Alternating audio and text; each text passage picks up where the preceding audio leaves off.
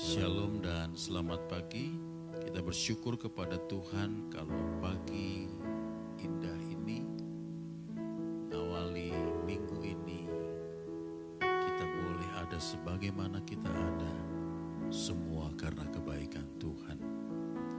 Maka sepatutnya lah kita menaikkan pujian dan hormat kita kepada Tuhan, sebab Dia baik. Perbuatan yang ajaib yang terus menuntun kita melewati hari-hari bersama dengan Tuhan. Haleluya. Mari kita mengangkat pujian kita kepada Tuhan. Kau yang terindah. Haleluya.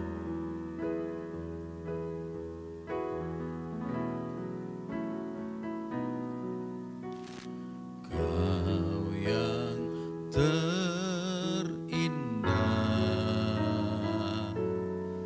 di dalam hidup ini,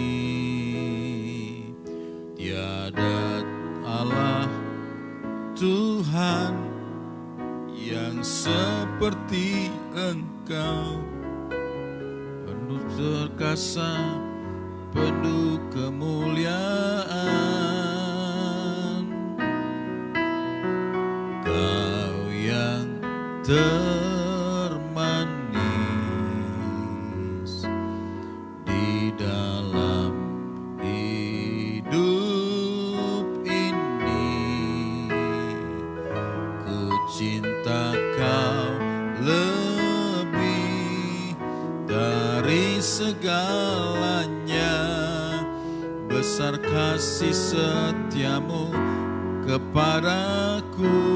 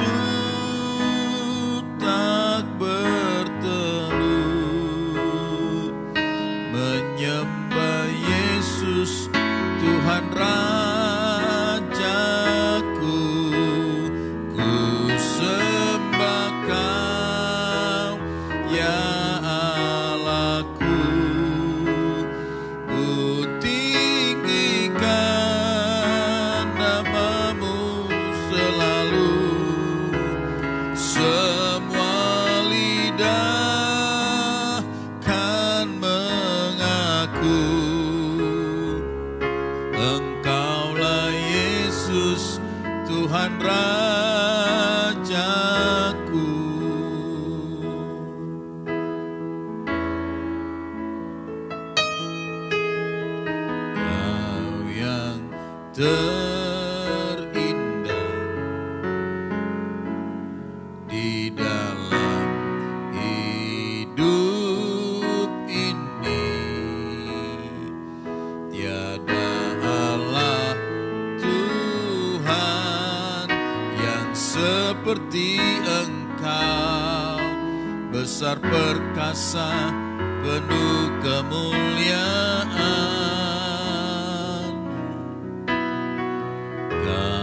Yang termanis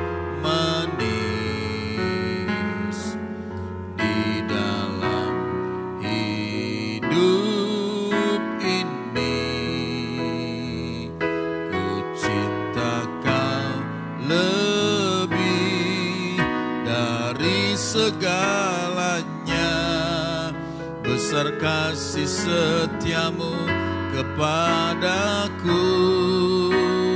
Ku sembah Kau, ya Allahku. Ku tinggikan nama-Mu selalu.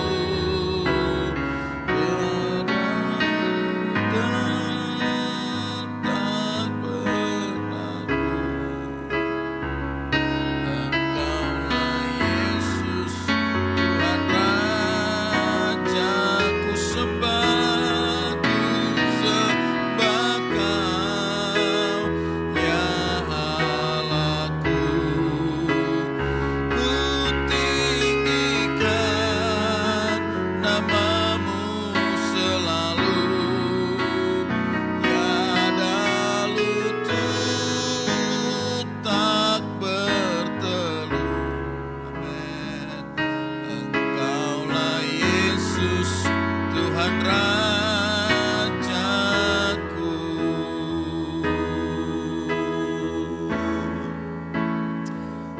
Haleluya. Terima kasih.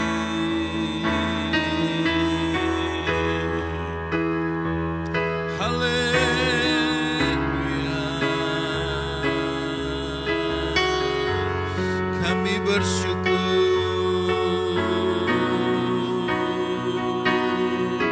Sungguh Engkau baik.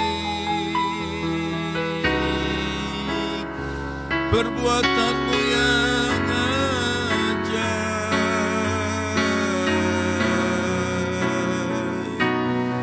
Kami hormat kepadamu, kagum akan Engkau. Haleluya.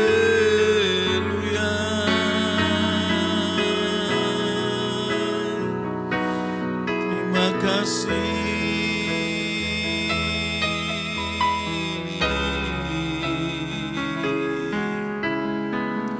Haleluya.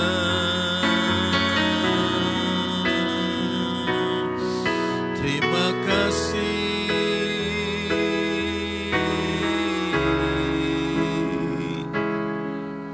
Haleluya. Terima kasih. Terima kasih.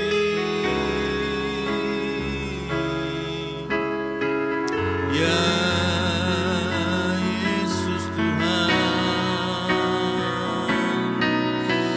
Haleluya.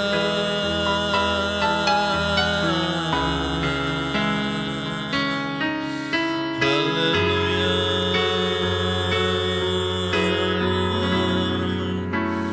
Terima kasih buat semua yang Tuhan beri, buat semua kebaikan-Mu, kasih setia-Mu. Haleluya.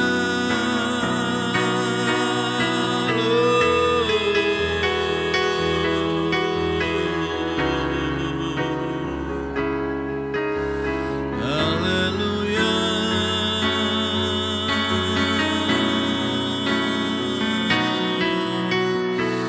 Terima kasih.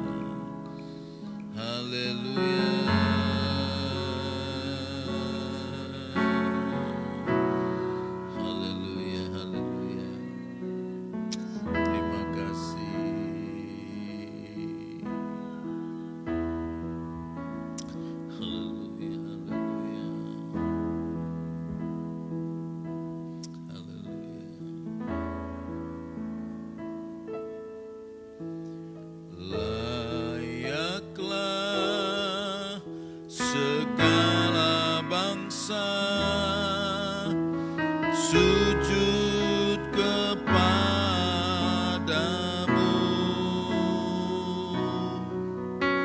sebab Kau Allah yang kudus, layak disembah.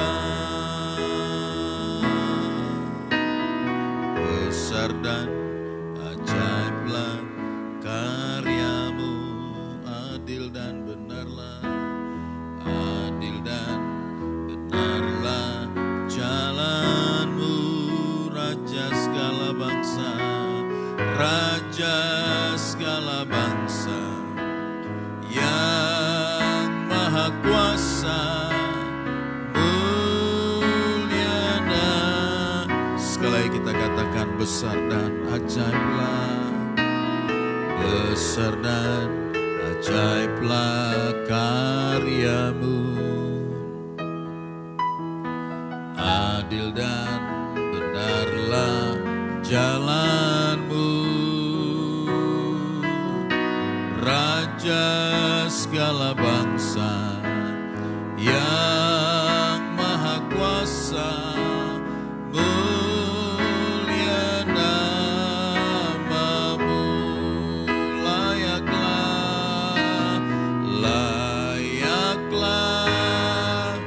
segala bangsa sujud kepadamu,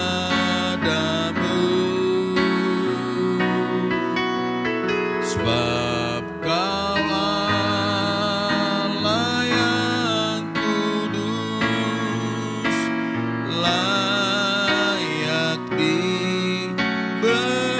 layaklah segala bangsa, layaklah segala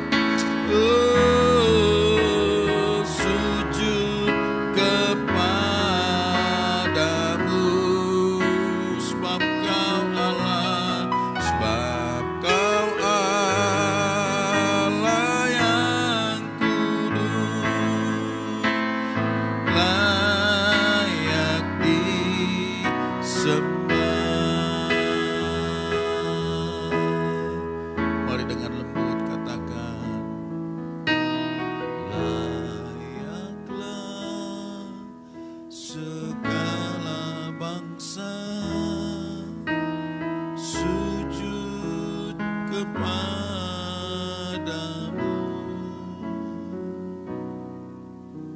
sebab Kau Allah yang kudus, layak disembah.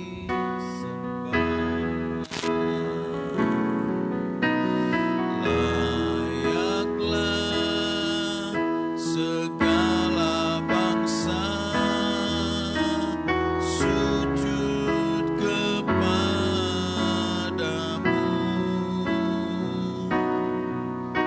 sebab Kau Allah yang kudus, layak disembah, layak disembah, layak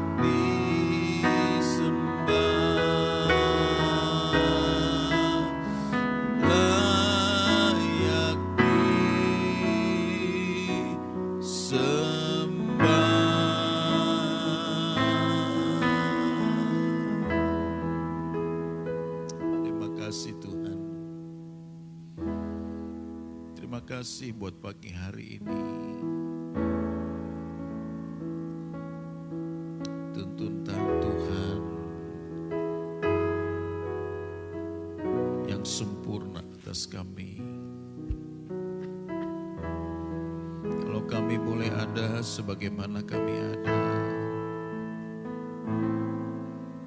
bukan karena kuat dan gagah kami, tapi semua karena kebaikan-Mu Tuhan bagi kami.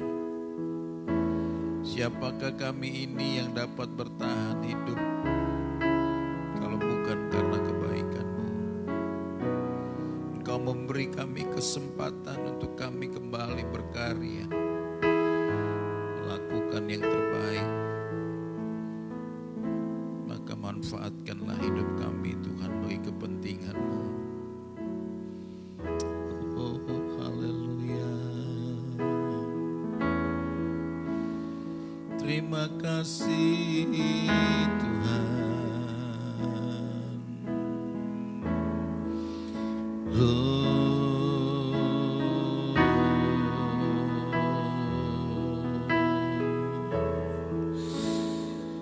Haleluya.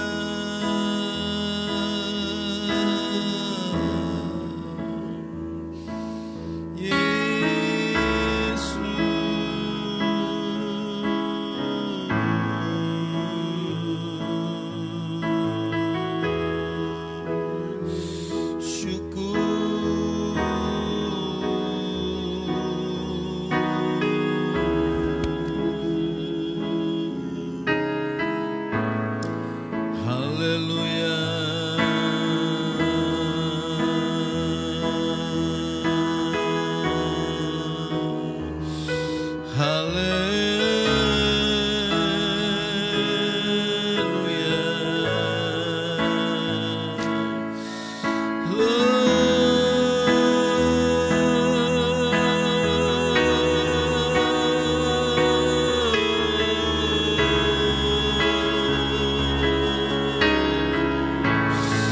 Hati kami limpah dengan syukur,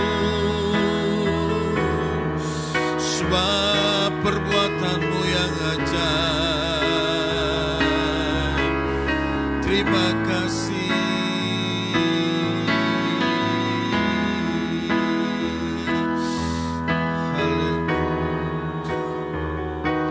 Haleluya.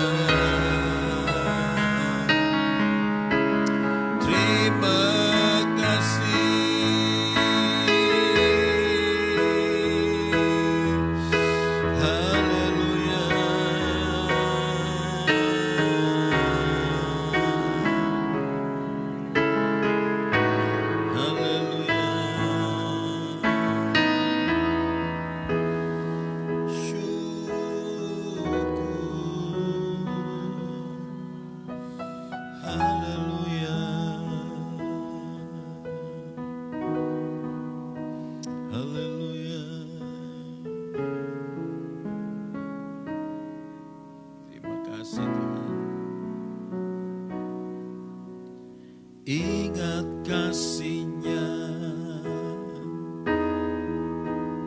ingat kebaikan-Nya dan anugerah-Nya.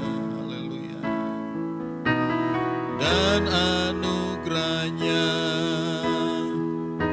selamatkanku.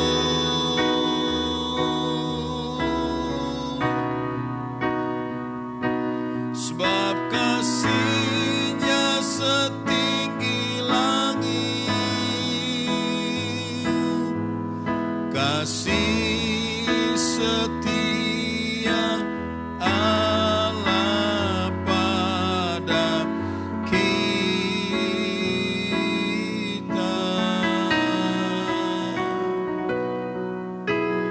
Besar kasih Allah pada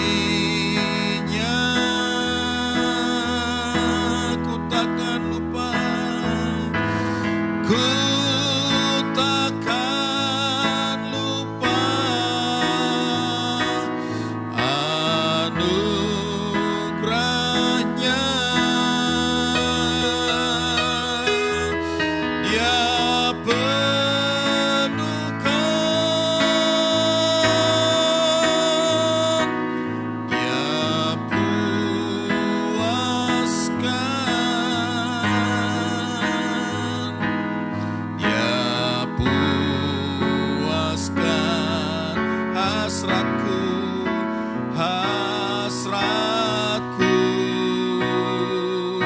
Besar kasih Allah, besar kasih Allah pada kita.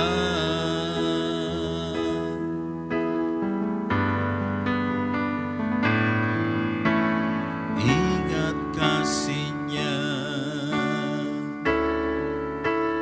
ingat kebaikan-Nya dan anugerah-Nya, dan anugerah-Nya. Selamatkanku sebab kasih-Nya, sebab kasih-Nya setinggi langit. Kasih setia Allah pada kita.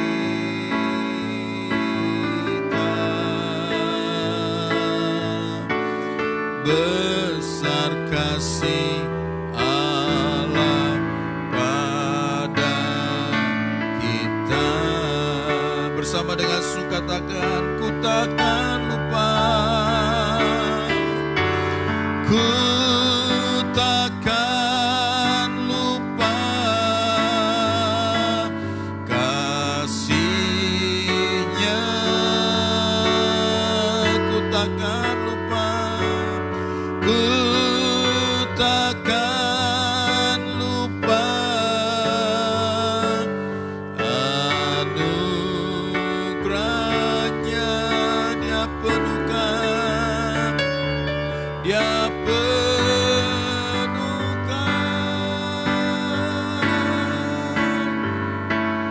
Dia penuhkan, Dia puaskan hasratku, Dia puaskan hasratku.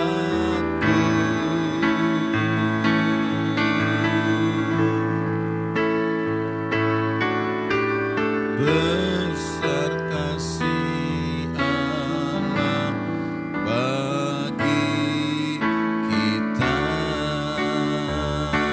besar kasih Allah, besar kasih Allah bagi kita, besar.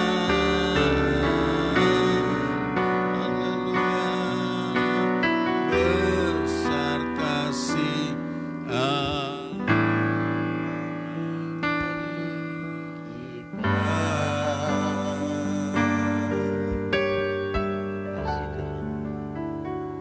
Kami ucap syukur Tuhan buat pagi hari yang indah ini. Tuhan masih memberikan kami kemampuan, bahkan nafas kehidupan itu karena kebaikan dan kasih setia Tuhan. Hari ini kami ucap syukur Tuhan untuk kami boleh mengawali hari kami bersama-sama dengan Tuhan. Tapi hari ini juga Tuhan kami ingin terus diperlengkapi kebenaran firman Tuhan hari ini. Supaya sepanjang hari ini menjadi hari sukacita, hari penuh dengan pengharapan, hari yang penuh dengan sukacita bersama dengan Tuhan. Dan kami siap Tuhan untuk sama-sama belajar mengenai kebenaran firman Tuhan pada saat pagi hari ini. Terpuji nama Tuhan hari ini kekal sampai selama-lamanya. Dalam nama Yesus, haleluya. Amin. Haleluya. Shalom Bapak Ibu Saudara yang terkasih dalam nama Tuhan. Begitu juga yang tergabung dalam Morning Glory pada saat pagi hari ini. Ya, saya menyiapkan salah satu tema sharing firman kita pada saat pagi hari ini adalah mempersiapkan mempelai Kristus untuk kerajaan Allah. Nah, untuk mempersiapkan ini saya teringat dengan bukan saya membawakan visi gereja kami di Bengkulu, ya tidak. Tapi waktu itu almarhum papa saya mendapatkan impresi bahwa jemaat di Bengkulu harus dipersiapkan dirinya untuk menjadi mempelai-mempelainya Kristus. Nah, caranya bagaimana dan apa yang harus dipersiapkan? Dan hari ini kita akan membahas sama-sama apa itu kerajaan Allah dan bagaimana harusnya kita sebagai mempelai Kristus, yaitu terutama gereja, untuk kita bisa memperoleh kerajaan Allah ini. Kita buka dulu di Matius 6 ayat 33. Matius 6 ayat 33 ini merupakan ayat yang sering sekali kita dengar, bahkan menjadi ayat hafalan kalau misalnya di sekolah minggu itu ada kayak liturgi gitu, kalau habis Natalan, setelah Natalan atau pas Natalan, ini menjadi ayat hafalan buat anak-anak sekolah minggu. Secara garis besar perikop ini menceritakan tentang hal kekhawatiran, tetapi saya mengambil di ayat 33 dan akan kita bahas nanti apa itu kerajaan Allahnya. Ayat 33, tetapi carilah dahulu kerajaan Allah dan kebenarannya, maka semuanya itu akan ditambahkan kepadamu. Nah, secara garis besar ini Bapak Saudara di perikop ini hal kekhawatiran, bahwa ayat 25 sampai 34 itu membicarakan bahwa kita tidak perlu khawatir dengan apa yang kita pakai, apa yang kita makan, apa yang kita gunakan. Dan dikunci di ayat 33, tetapi carilah dahulu kerajaan Allah dan kebenarannya, maka semuanya itu akan ditambahkan kepadamu. Hari ini kita akan belajar bahwa carilah dahulu kerajaan Allah dan kebenarannya ini seperti apa, dan jadi apa itu kerajaan Allah, dan kerajaan Allah itu berbicara tentang apa. Di sini saya mencatat ada 3 hal, walaupun ada banyak tentang kerajaan Allah yang ditulis di Alkitab, terutama di Perjanjian Baru. Ada banyak konsep kerajaan Allah yang dicatat di Perjanjian Baru, tetapi hari ini saya mengambil 3 poin saja pada saat pagi hari ini. Kerajaan Allah itu pertama berbicara tentang keselamatan. Karena secara garis besar kitab Perjanjian Lama kita dan Perjanjian Baru ada benang merah yang tersusun bahwa Yesus akan lahir dan dinubuatkan oleh kitab para nabi juga, dan untuk menyelamatkan setiap orang percaya. Nah, untuk keselamatan ini sendiri Bapak Saudara tercatat di dalam Yohanes 3 ayat 16, dan ini menjadi ayat emas juga buat saya secara pribadi, bahwa begitu besar kasih Allah akan dunia ini sehingga dia mengaruniakan anaknya yang tunggal. Pertanyaannya sekarang, keselamatan yang diyakini oleh orang Kristen mungkin sering sekali dikumandangkan setiap hamba Tuhan, dan saya setuju untuk itu. Karena tidak ada keselamatan di luar Kristus, tidak ada. Mungkin ada beberapa pertanyaan, berarti agama Kristen egois sekali untuk masalah keselamatan ini. Alkitab sudah catat Bapak Ibu Saudara bahwa memang tidak bisa dipungkiri pribadi Kristus lah yang bisa memberikan keselamatan itu. Hanya Allah saja. Karena apa? Karena kita tidak bisa mencapai Allah dengan perbuatan kita. Sesaleh apapun kita. Sekali lagi, sesaleh apapun kita, sebaik apapun kita, serohani apapun kita tidak bisa mencapai Allah. Kalau misalnya ada doktrin mengatakan tulip yang T-nya itu adalah total depravity, yang bahwa manusia itu sudah dalam keadaan kehancuran total, tidak ada yang namanya manusia bisa mencapai Allah. Tidak ada. Karena manusia sudah rusak total. Makanya kerajaan Allah yang dibicarakan oleh Yesus sendiri adalah berbicara tentang keselamatan. Untuk kita sebagai orang percaya, bagaimana kita harus menyikapinya. Bagaimana kita bisa memperoleh kerajaan Allah ini mengenai keselamatan? Keselamatan itu hanya bisa didapati bersama dengan Yesus. Di luar Kristus tidak ada keselamatan, seperti yang saya bilang di awal. Terdapat di Yohanes 3 ayat 16 dan juga di Filipi 2 ayat 12. Kita akan buka di Filipi 2 ayat yang ke-12. Hai saudara-saudaraku yang kekasih, kamu senantiasa taat, karena itu tetaplah kerjakan keselamatanmu dengan takut dan gentar, bukan saja seperti waktu aku masih hadir, tetapi terlebih pula sekarang waktu aku tidak hadir. Saya tertarik sekali dengan salah satu statement hamba Tuhan. Saya tidak peduli ada banyak haters yang mengatakan hamba Tuhan ini sesat atau tidak, saya tidak peduli, tapi saya sangat tertarik dengan statement ini. Dia mengatakan bahwa kalau misalnya orang Kristen mempercayai Yesus sebagai Tuhan dan Juru Selamat, dan dia yakin selamat, itu adalah teologi bodoh. Itu yang buat saya, kok teologi bodoh? Kenapa seperti itu? Itu yang buat saya, kenapa beliau harus mengatakan begitu? Ketika saya simak khotbahnya, Beliau mengatakan begini, kenapa bodoh? Karena tidak sampai di situ saja Bapak Ibu Saudara. Ketika kita menerima keselamatan, percaya Yesus adalah Tuhan dan Juru Selamat, kita tidak melakukan apa-apa, itu adalah teologi bodoh. Makanya hari ini mengenai konsep kerajaan Allah dan kebenarannya, berbicara tentang keselamatan harus kita kerjakan seiring berjalannya waktu. Ketika kita dibenarkan oleh Tuhan, maka hidup kita harus seiring dengan pembenaran yang sudah dilakukan oleh Allah. Tidak bisa kita mengatakan bahwa seperti yang di awal saya bilang tadi, kita bisa mencapai Allah karena kesalahan. Tidak bisa. Sekelas Metusala pun yang saleh, yang diangkat Tuhan, tidak akan bisa mencapai dengan Allah. Dengan perbuatan kesalehannya. Begitupun juga dengan Ayub yang katanya adalah orang yang saleh pada zamannya. Dan hari ini mengenai mempersiapkan mempelai Kristus ini, kita berbicara tentang kerajaan Allah, bahwa keselamatan itu hanya kasih karunia Tuhan semata dan diresponi dengan diri kita untuk menerima Yesus sebagai Tuhan dan Juru Selamat dan diiringi dengan pertobatan-pertobatan kita. Saya memiliki ilustrasi begini. Kita tidak bisa mencapai kenyang kalau misalnya kita tidak melakukan sesuatu. Misalnya Bapak Ibu Saudara merasa lapar begitu, tiba-tiba langsung berpikir, oh saya mau kenyang nih, tiba-tiba kenyang. Tidak bisa, karena ada step by stepnya. Yang pertama kita ambil piringnya, kita ambil nasinya, kita ambil lauk pauknya, kita sediakan minumnya, kita berdoa dulu, baru menyantap makanan itu.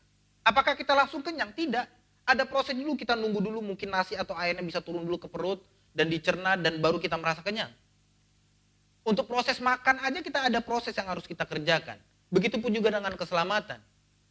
Kita tidak bisa mengatakan bahwa keselamatan itu hanya Allah saja. Memang betul Allah saja yang mengerjakan keselamatan, memberikan kasih karunia itu. Tetapi tanpa kita meresponinya itu dengan percaya dan dilakukan tindakan-tindakan pertobatan, keselamatan yang diberikan itu akan sia-sia juga. Yang pertama ini bahwa kerajaan Allah berbicara tentang keselamatan, seperti saya pernah mendapatkan sebuah ilustrasi juga dari kakak tingkat saya yang bernama Berkat Nadabdab, sekarang pelayanan di Kalimantan. Dia mengatakan begini, Bet, saya tanya kepada dia, Bang, gimana sih kalau misalnya kita menjelaskan tentang keselamatan, kasih karunia Allah, supaya orang mengerti? Bagaimana caranya? Begini aja kata dia, caranya, ketika seekor semut berbaris di dalam satu barisan, tiba-tiba ada yang keluar dalam barisan itu, Bapak Saudara. Dia keluar barisan. Ketika kita ingin memberitahu yang keluar barisan itu, bagaimana caranya? Kalau misalnya kita geser pakai tangan kita, otomatis dia mati. Karena dia binatang yang kecil, hewan yang kecil. Salah satu caranya adalah kita harus bisa mengerti bahasa semut itu. Untuk kita memberitahu dia bahwa semut itu salah jalan untuk masuk ke dalam barisan yang lurus tadi. Makanya di Filipi pasal yang kedua ini, ayat yang ke-12, Bapak Ibu Saudara naik sedikit ke ayat sebelumnya, di ayat yang ke-7, 8, dan 9 mengatakan begini, melainkan telah mengosongkan dirinya sendiri dan mengambil rupa seorang hamba dan menjadi sama dengan manusia. Dan dalam keadaan sebagai manusia, ia telah merendahkan dirinya dan taat sampai mati, bahkan sampai mati di kayu salib. Itulah sebabnya Allah sangat meninggikan dia dan mengaruniakan kepadanya nama di atas segala nama.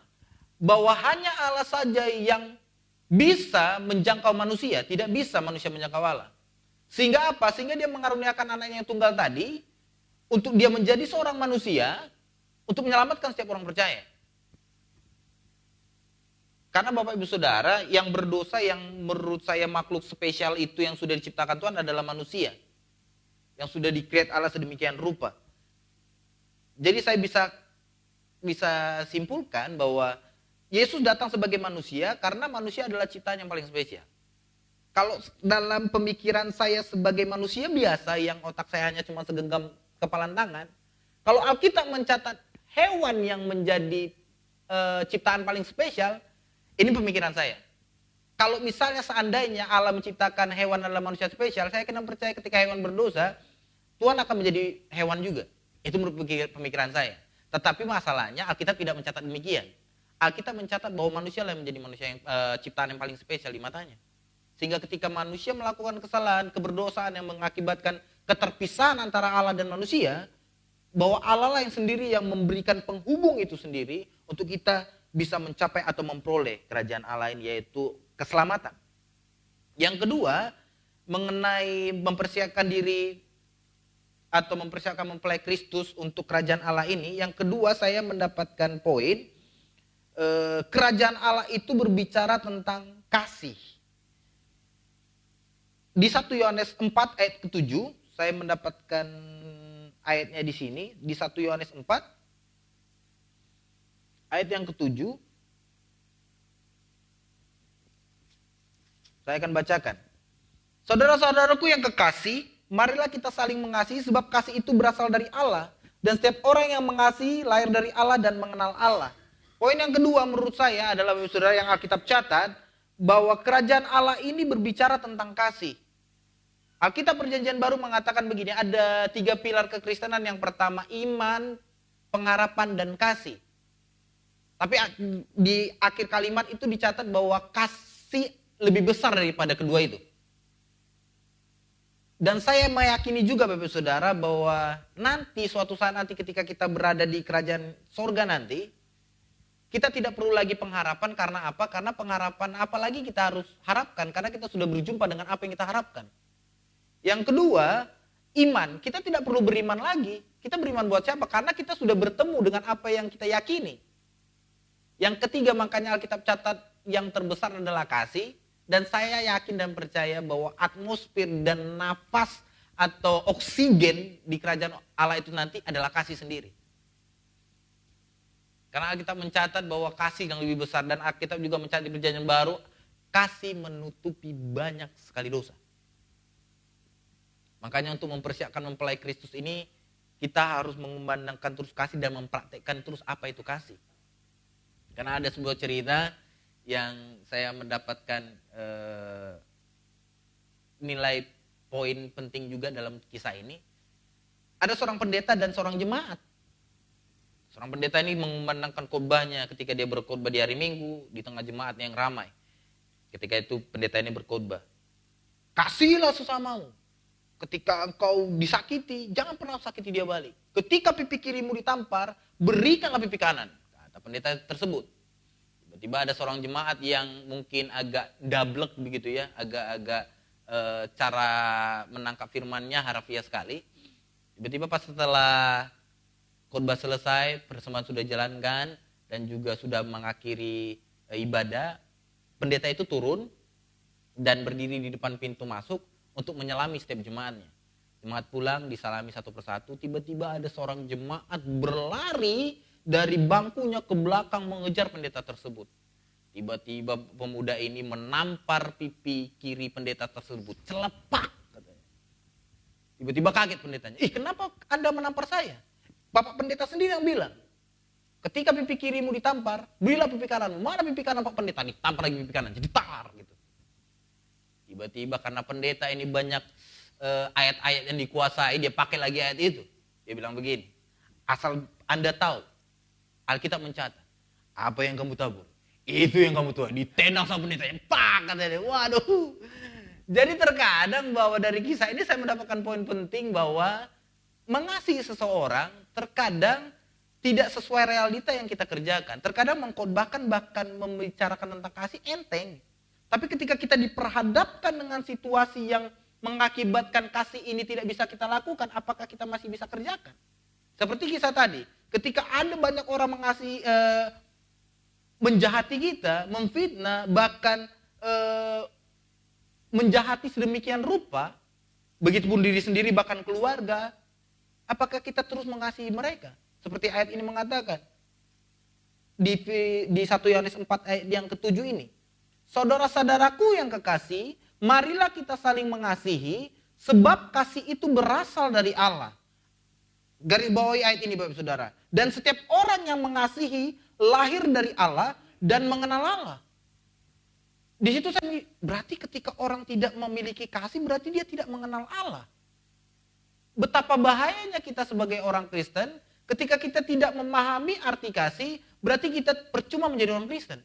Karena apa? Karena kita tidak mengenal Allah. Walaupun kita bisa tahu Yesus Kristus menyelamatkan kita.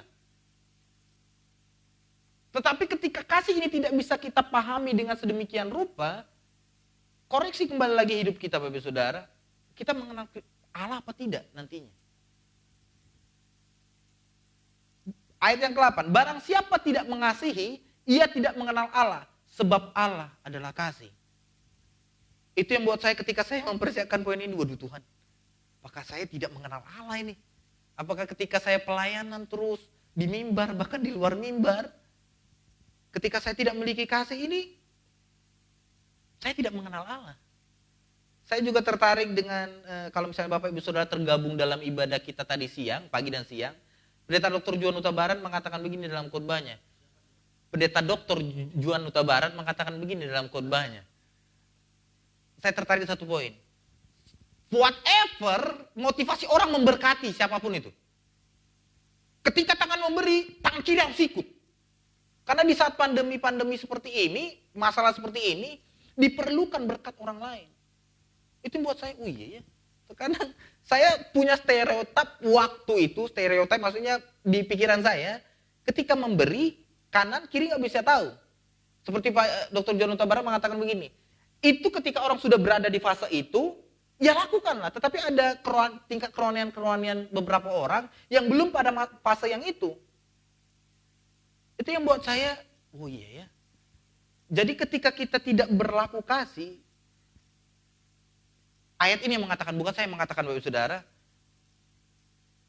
orang yang mengasihi lahir dari Allah dan mengenal Allah. Barang siapa tidak mengasihi, ia tidak mengenal Allah, sebab Allah adalah kasih. Jadi yang selama ini kita dengar di gereja, yang kita dengar di YouTube, mungkin Bapak Ibu Saudara dengar khotbah-khotbah, yang kita lihat di sosial media tentang Kristus, hanya teori saja.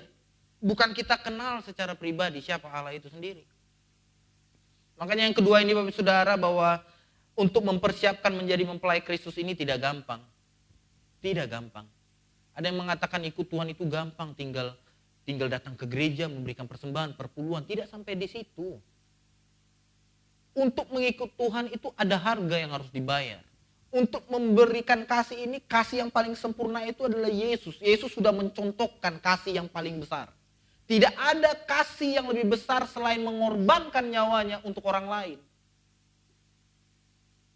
Itu menurut ketika saya membaca ayat itu, oh iya, itu kasih tergila yang pernah saya baca dan saya dengar. Dan saya tidak lihat proses penyalibannya ya. Penyaliban Yesus di kayu salib tidak. Tapi ketika saya baca, itu adalah kasih terbesar yang pernah dilakukan oleh seseorang. Dan hal itu hanya Tuhan saja yang bisa lakukan. Makanya hari ini Bapak Saudara, ketika kita ingin dibentuk menjadi mempelai Kristus, ketika kita memperoleh keselamatan, itu akan berbanding lurus keselamatan itu terhadap kasih. Makanya 3 poin ini saya rangkum, itu berkesinambungan ke bawah-bawahnya. Ketika kita memperoleh keselamatan, berbanding lurus dengan perbuatan kasih kita kepada sesama. Karena makanya ada salib mengatakan ada horizontal dan vertikal. Menyelesaikan hubungan antara Allah dan manusia, dan menyelaraskan hubungan manusia ke manusia. Jadi hari ini untuk kita bisa menjadi mempelainya Kristus, yang kedua berlakulah kasih. Yang ketiga, yang terakhir Bapak Saudara, mengenai hal ini poin yang menurut saya masih juga struggle dalam hal ini. Semua orang pasti akan struggle dalam poin ini. Yang ketiga, kerajaan Allah berbicara tentang pengampunan. Setiap orang pasti mengalami kekecewaan, mengalami kepedihan, mengalami sakit hati ketika diperlakukan oleh orang lain tidak semestinya. Di Matius 18 ayat yang ke-22 mencatat demikian Bapak Ibu Saudara. Matius yang ke-18 ayat yang ke-22 mencatat demikian. Yesus berkata kepadanya, bukan, aku berkata kepadamu, bukan sampai 7 kali, melainkan sampai 70 kali 7 kali. Di situ saya mencatat bahwa ada banyak penafsir mengatakan bahwa mengampuni orang itu tanpa batas. Tapi ketika saya berjalan di perpustakaan kampus saya di STT Karisma Bandung, saya membaca salah satu skripsi kakak tingkat saya 3 tahun di atas saya yang bernama Mariani Nenggolan, sekarang ada di Medan. Saya ambil bukunya, skripsinya, saya baca. Saya satu poin mengalami tentang pengampunan ini, dia catat sedemikian rupa dalam isinya di bab 2. Di bab 2 itu saya melihat ada tulisan begini. Dia mengambil ayat ini. Sebab Yesus berkata kepadanya, bukan, aku berkata kepadamu bukan sampai 7 kali, melainkan sampai 70 kali 7 kali. Di situ ada lagi penjelasan di bawahnya, bahwa mengampuni seseorang, itu sampai seseorang itu tidak tertuduh lagi akan dosanya. Mengampuni seseorang sampai dia tidak tertuduh lagi akan kesalahannya. Itu susah Bapak Saudara, memang susah. Makanya saya bilang di awal tadi, ini struggle banyak orang. Kelemahan banyak orang, jangankan saya, pendeta sekali berbesar pun pernah, mungkin juga masih struggle dalam hal ini. Jadi Bapak Saudara, untuk kita bisa mempersiapkan diri kita menjadi mempelainya Kristus dan kita pantas dikatakan mempelai, kerajaan Allah berbicara tentang pengampunan. Ampuni siapapun yang pernah menyakiti kita. Siapapun itu, tanpa terkecuali. Karena apa? Karena Yesus mengampuni kita tanpa syarat. Apakah Yesus bisa melakukan atau menolak proses penyaliban itu? Bisa. Bisa, saya yakin sangat bisa. Karena dia Tuhan. Dia tidak mau disalib pun, dia tidak mau mati pun dia bisa. Tapi permasalahannya kenapa dia mau mengampuni? Orang yang bahkan dia tahu dia sudah menyakiti hatinya. Dari peristiwa Yesus itu sendiri penyalibannya, disimpulkanlah kalimat tadi. Bahwa mengampuni orang, sampai orang itu tidak tertuduh lagi akan kesalahannya. Itu yang membuat saya, aduh Tuhan, ampuni saya ketika saya melakukan kesalahan kepada orang banyak. Atau lagi orang banyak yang menurut saya yang menyakiti diri saya pribadi, keluarga hamba Tuhan. Karena jujur ada ketika saya belum terjun ya dalam pelayanan Bapak Saudara, tetapi saya hidup dalam keluarga hamba Tuhan, ada banyak sekali omongan-omongan di luar sana, ada banyak yang datang ke pastori gereja itu omongan-omongan yang minus begitu, yang buat saya, aduh Tuhan, kenapa seperti itu? Orang tua saya difitnah habis-habisan, dihancurkan sampai beberapa jemaat pindah keluar karena mempercayai info tersebut. Itu yang buat saya, aduh Tuhan, bagaimana mengampuninya? Tapi singkat cerita, ketika itu bapak saya sebelum meninggalnya dia kumpulkan semua jemaat-jemaat yang bermasalah itu. Dia telepon satu-satu. Pak, datang ke pastori sekarang. Amang, Inang, datang ke pastori. Saya lihat betul orang-orang yang bermasalah itu datang ke pastori. Dan papa saya dalam keterbatasan dan kelemahannya duduk di kursi roda. Dia mengatakan begini, dengan kerendahan hati saya minta maaf. Dan mereka mengadakan rekonsiliasi di sana. Saya kira percaya ketika papa saya melakukan hal demikian, ada proses-proses yang dilakukan, ada proses-proses yang dikerjakan. Tidak gampang. Jangan kira Bapak Saudara, kami yang melayani di tempat ini, bahkan sekelas Om Mesak, Om Juan, seluruh pendeta di tempat ini yang menguatkan Bapak Saudara dengan firman Tuhan, tidak mengalami permasalahan. Banyak permasalahan Bapak Saudara. Tapi permasalahannya tidak mungkin kami ceritakan kepada Bapak Saudara. Kenapa? Karena peristiwa tersebut tidak bisa Bapak Ibu Saudara terima mungkin. Makanya terkadang bukunya Pak Jacob Nahwai mengatakan begini. Kemana saya berkeluh kesah? Kemana saya berkeluh kesah kalau tidak salah judulnya. Jadi intinya dalam buku itu mencatat begini. Jemaat ketika punya masalah bisa curhat ke pendeta. Pendeta kalau punya masalah, kemana curhatnya? Mungkin ke jemaat. Bisa parah nantinya. Hanya bisa curhatkan kepada Tuhan.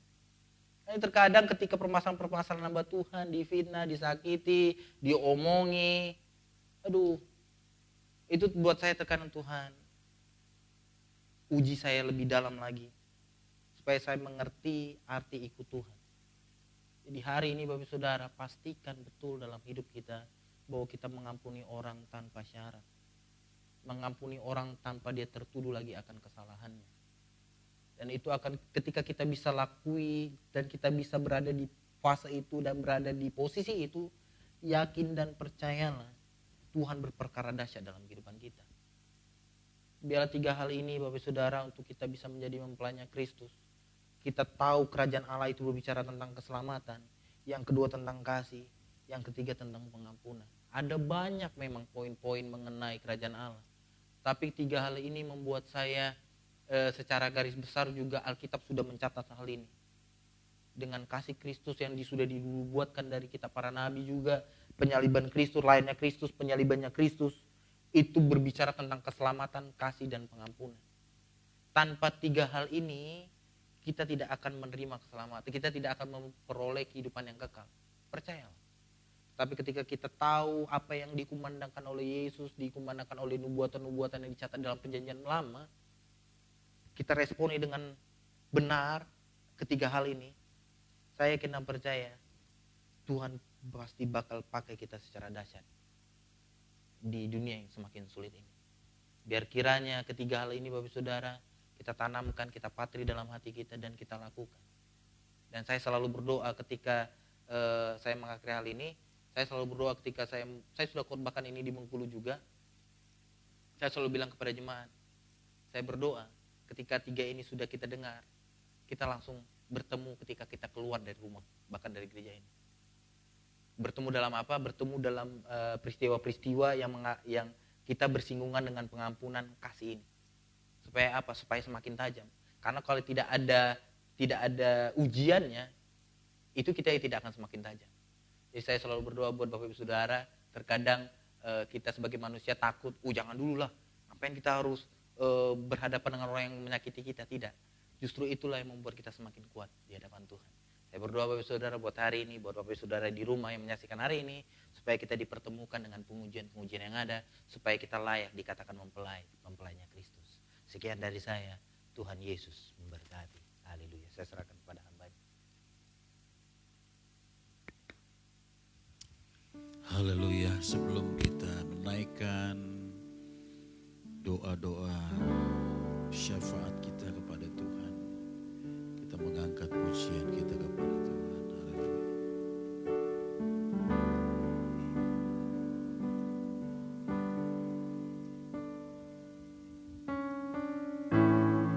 Haleluya, haleluya.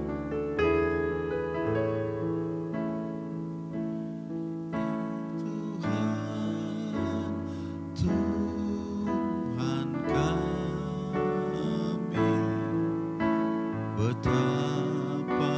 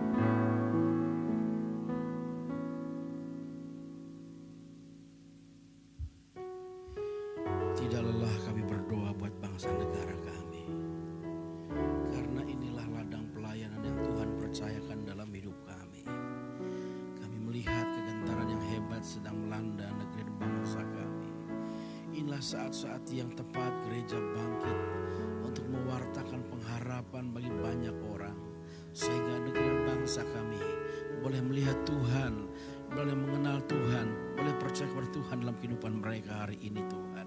Oleh sebab itu kami berdoa Tuhan untuk presiden yang kami banggakan, para menteri yang kami percayai, staf-staf presiden yang begitu luar biasa bekerja keras untuk menghentikan COVID-19 ini Tuhan. Engkau memberikan hikmat, memberikan kekuatan, damai sejahtera yang luar biasa Tuhan, agar negeri dan bangsa kami boleh berlalu dari segala malapetaka yang besar dan dahsyat ini. Kami juga berdoa Tuhan untuk bangsa-bangsa yang hari ini berjuang bersama untuk menemukan antivirus ini Tuhan. Engkau juga memberkati, Engkau juga berkenan terhadap setiap usaha ini Tuhan. Sebab apa yang mereka kerjakan hari ini akan menjadi alat di tangan Tuhan untuk menolong bagi banyak orang di tengah-tengah dunia yang mengalami gentaran yang hebat hari-hari ini Tuhan. Kami juga berdoa untuk Kabupaten Kerawang, Cikampek, maupun Purwakarta, semua perusahaan yang ada di kota ini Tuhan berkati dengan segala anugerah-Mu, sehingga perusahaan-perusahaan boleh diberkati. Kami berdoa untuk Plasindo, kami berdoa untuk Citata, kami berdoa untuk Donlap, kami berdoa untuk Kawai, kami berdoa untuk Sarana Bukit Indah. Semua perusahaan-perusahaan yang ada di Kabupaten Kerawang dan Purwakarta diberkati Tuhan dalam segala kelimpahan, sehingga perusahaan-perusahaan ini boleh menghasilkan produksi yang besar, produksi yang normal, sehingga para karyawan boleh hidup dengan normal ya Bapa. Kami juga berdoa Tuhan, karena kenapa? Karena kami tahu perusahaan ini adalah cara Tuhan, salah satu cara Tuhan menghidupkan kota yang kami kasihi ini ya Bapa. Kami berdoa Tuhan untuk semua perusahaan akan diberkati oleh Tuhan. Kami juga berdoa untuk KOL di seluruh Indonesia, baik Medan, Bengkulu, Palangkaraya, Balikpapan, Bali, Cikampek, Kerawang, Purwakarta. Semua dalam anugerah dan kebajikan Tuhan. Semuanya dinyatakan Tuhan dalam segala keindahan yang luar biasa ya Bapa. Kami berdoa juga untuk gereja-gereja di Cikampek hari ini, Kerawang dan Purwakarta yang sudah mengadakan ibadah tatap muka. Engkau jagai setiap gereja ini agar jangan sampai ada yang terpapar Tuhan, sehingga orang dunia boleh melihat pemeliharaan penyertaan Allah yang sempurna menyertai gereja-Mu ya Bapa. Terima kasih. Kami juga berdoa untuk orang-orang yang tergabung dalam Morning Glory Worship pagi hari ini, untuk Ibu Neti Dami Tuhan, di dalam segala semangat yang dia kerjakan, sekalipun tubuhnya kadangkala tidak menopang dia untuk melayani Tuhan, tetapi hamba-Mu ini begitu setia melayani Tuhan. Oleh sebab itu kekuatan yang ekstra, kekuatan yang sungguh Tuhan berikan dalam kehidupannya, supaya nama Tuhan dipermuliakan dan diagungkan. Kami juga berdoa untuk suaminya dimanapun dia bekerja, Tuhan membela anak-anak yang masih studi, Tuhan juga berperkara dengan mereka. Kami juga berdoa untuk Ibu Pika Sinaga Tuhan bersama dengan Pak Gultom. Engkau berkati mereka dengan damai sejahtera-Mu, Engkau berkati mereka dengan anugerah-Mu, Engkau memberkati mereka dengan segala kelimpahan anugerah yang daripada Tuhan. Anak-anaknya semua juga Riris yang ada di Medan, Tuhan juga membela, Tuhan juga menjaga, dan Tuhan juga memberkati semuanya Tuhan. Kami juga berdoa untuk hamba-Mu yang setia, Pak Sahtumpal Manurung, yang setiap pagi bersama dengan kami mengadakan Morning Glory Worship Tuhan. Engkau memberkati anaknya Sarah, memberkati istrinya, memberkati usahanya, bahkan pelayanannya, di mana rumahnya disediakan untuk pekerjaan Tuhan. Tuhan akan mengajar dengan segala kebaikan dan anugerah Tuhan yang sempurna. Kami juga berdoa bagi Ibu Magdalena Endah di Bekasi, biarlah tangan Tuhan yang memberkatinya Tuhan. Biarpun sekalipun suaminya telah dipanggil Tuhan bulan Maret yang lalu, tetapi penyertaan dan pemeliharaan Tuhan nyata dalam kehidupannya, memberkati pekerjaannya, memberkati apa yang dilakukan dengan segala anugerah dan kebajikan dari Tuhan. Kami juga berdoa bagi Ibu Yulinda Sumurangkir di Jakarta. Tuhan bekerja dalam segala ketantangan yang dia hadapi. Tuhan ada dan membela kehidupan dengan sempurna. Untuk suaminya juga Tuhan berikan kesehatan, Tuhan berikan kekuatan. Untuk anak yang Singapura juga diberkati Tuhan dalam segala kelimpahan. Secara khusus Tuhan, kami mau berdoa bagi Ciawa Tuhan. Kami tidak tahu apa yang jadi sadari permasalahan yang dihadapi hari ini, tetapi kami tahu Tuhan tidak pernah meninggalkan orang-orang yang setia kepada Allah. Sama seperti Sadrak, Mesak dan Abednego, Tuhan menyertai mereka sampai ke dapur perapian yang menyala-nyala. Kami percaya pemeliharaan Tuhan, penyertaan Tuhan juga akan bekerja dalam kehidupan Ciahwa. Tuhan akan bukakan jalan bagi setiap pergumulannya, karena tangan Tuhan yang kuat menyertai kehidupannya. Kami tidak tahu apa yang menjadi permasalahan yang dihadapi, tetapi kami tahu kami punya Allah yang mampu menghadapi segala perkara dalam kehidupannya Bapa. Kami juga berdoa Tuhan bagi Bapak Liu Mukcung Tuhan. Secara khusus berdoa bagi rencana istrinya untuk CT scan bagian kepalanya Tuhan, rencana mau ke Jakarta. Tuhan buka jalan Tuhan dalam situasi yang rumit hari ini. Tuhan nyatakan belas kasihan-Mu Tuhan. Berkati Ibu Arina Tuhan dengan segala kelimpahan, dengan segala anugerah yang berkat yang daripada Allah. Berkati anak-anaknya Tuhan, Bapak Liu Mukcung nih, sehingga mereka diberkati dalam masa tumbuh kembangnya. Tuhan ada berperkara dalam kehidupannya. Berkati mamanya juga yang ada di rumahnya, Tuhan juga membela dengan segala perbuatan-perbuatan baik. Kami juga berdoa untuk Kodeli Setiadi di Prodadi Tuhan. Engkau tahu hamba-Mu ini juga hamba yang setia, hamba yang begitu sungguh-sungguh melakukan perkara-perkara yang besar bagi gereja-gereja-Mu. Tuhan juga memberkati berlipat kali ganda apa yang sudah Dia kerjakan, supaya nama Tuhan dipermuliakan dan diagungkan. Kami juga berdoa bagi Ibu Laningan Tuhan di Kerawang. Tuhan juga berperkara dalam kehidupannya. Kami tidak tahu apa yang jadi permasalahan hidupnya. Setiap orang punya masalah, tetapi kami percaya setiap orang punya Allah pasti mampu mengatasi setiap masalahnya. Engkau berkati pengharapannya, Engkau berkati segala apa yang dia rindukan. Engkau berkati karena tangan Tuhan yang kuat saat ada di tengah-tengah kehidupannya dengan segala tantangan yang dihadapi. Kami juga berdoa bagi Ibu Mariana Sibuan di Bengkulu Tuhan. Engkau tahu pergumulan ibu ini sebagai gembala tidaklah mudah, tetapi kami tahu Engkau ada di tengah-tengah kehidupannya. Engkau akan ada membela kehidupannya ya Bapa. Kami juga berdoa Tuhan bagi Ibu Nur Hayati Tobing yang begitu setia mensupport program-program gereja-Mu Tuhan tempat ini. Hari ini kami berdoa apapun pergumulannya, apapun yang dia hadapi hari ini, untuk Amang yang sakit juga Tuhan juga bela. Tuhan juga memberikan jalan keluar bagi permasalahan kehidupannya. Kami juga berdoa buat semua yang orang-orang yang begitu peduli akan program ini, yang bergabung dengan program ini, Morning Glory Worship Tuhan. Tuhan memberkati mereka dengan segala kelimpahan anugerah berkat yang daripada Tuhan. Kami berdoa Tuhan untuk Steven dan Pak Juan hari ini yang masih ada di Cikampek ini Tuhan, berpisah dengan istrinya yang ada di Medan Tuhan. Ada kesulitan untuk komunikasi secara verbal, secara fisik Tuhan. Ada keterpisahan, tetapi kami tahu Tuhan tetap memelihara keluarga ini dengan anugerah berkat yang daripada Tuhan. Kami berdoa buat Steven juga yang rencananya untuk melanjutkan pendidikannya, menyerahkan hidupnya untuk melayani Tuhan lewat Petamburan. Tuhan juga buka jalan, Tuhan nyatakan kehendak dan rencananya ya Bapa. Kami berdoa juga untuk Obed Tuhan, hamba-Mu yang Tuhan urapi dengan luar biasa. Hari ini firman yang disampaikan meneguhkan kami, mengampuni adalah membuat sampai orang yang berbuat salah itu tidak lagi merasakan kesalahannya, tidak lagi dituduh dengan kesalahannya. Hamba percaya lewat impresi yang Tuhan taruh, lewat segala berkat, lewat manifestasi roh yang Tuhan berikan dalam hidupnya, dengan mengerjakan pelayanan dengan sempurna seperti yang Tuhan mau. Kami berdoa juga untuk Eki Tuhan, anak muda-Mu yang luar biasa, yang memiliki tanggung jawab besar dalam pelayanan tempat ini.